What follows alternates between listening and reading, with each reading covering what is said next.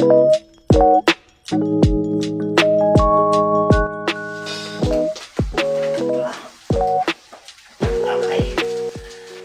up mga kamodel? Kuya JC once again for today's video. Nagtanong-tanong ako pala tungkol sa cabinet. Nagganap ako ng mas mura at saka hindi ganong magastos na oras. Kaya ito may nagsabi sa akin, itong stand na bakal matibay pa.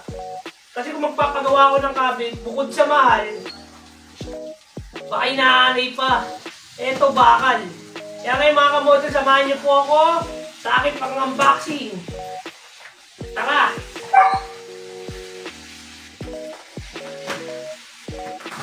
Ayan na.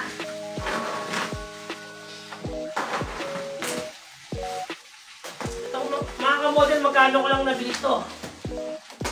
Dalawa itong nabili ko, yung isa yung binuo ko na eh. Ito siya.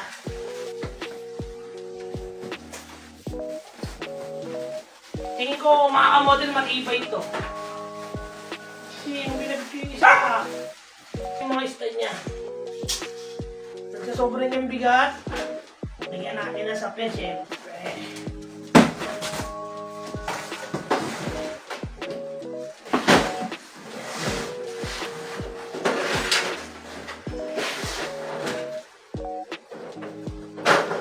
Ito yung bawat layer niya. Hindi pang ibabaw eh. Okay.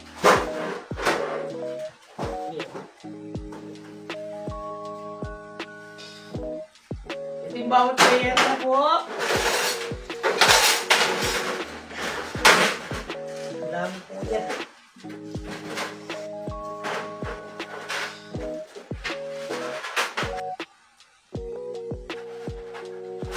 At ito naman po yung mga panlagay sa gilid ng pinaka-brace niya.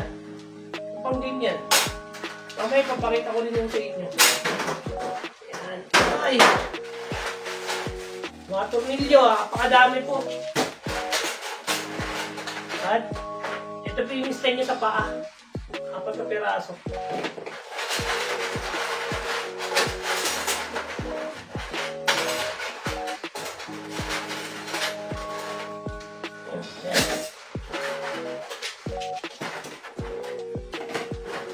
Bali, 5 layer siya.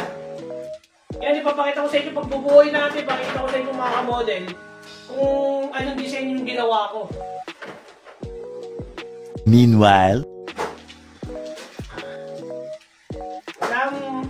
mga kamodel, mayroong saktong pinang ito eh. 1, 2, 3, 4, 5, 6, 7, 8, 9, 10. 10. Yung pinakataas niya. Yan. Medyo matagal siya.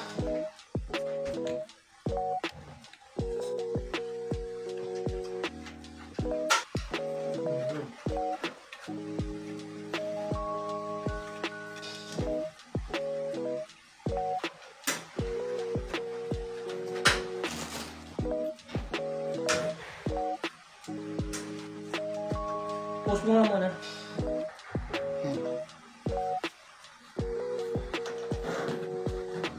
Ito yung mga kamodel, ito na po. Ito yung kabila niya. Yung pa rin natin ng isang brace. So mga kamodel, mahirap siya. Hindi po siya madaling kabit.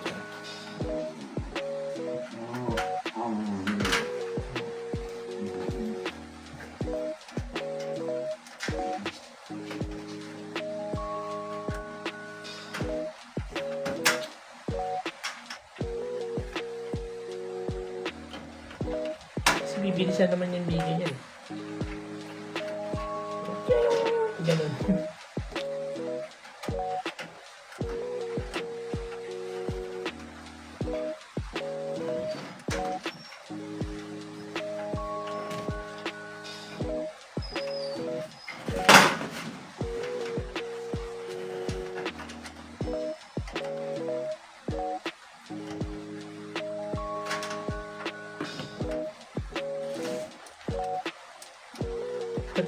Magiging magiging ganito po ngayon siya. Ayan. Isa pa lang po to, pero matibay na. The next day. Mga kamodel, yung first layer ko, 10 bila, 11. 1, 2, 3, 4, 5, 6, 7, 8, 9, 8, 10 pala.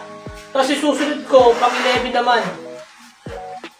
At, tara, samahan nyo ulit ako magbuo.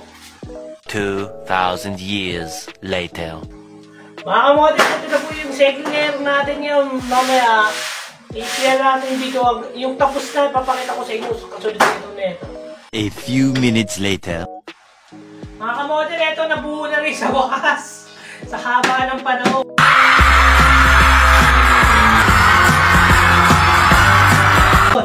Tapos meron pa tayong kasama yan na lalagyanan din ng damit para di siya madumihan. Tara, i-unboxing na natin mga kamodel.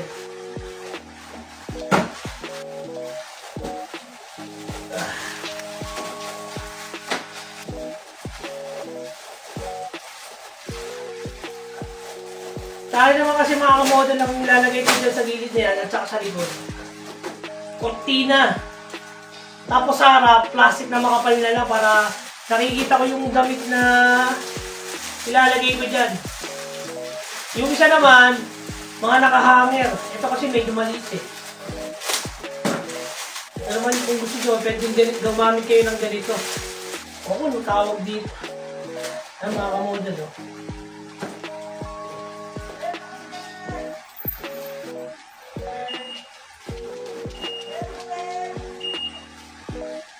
Sipir po siya, ano.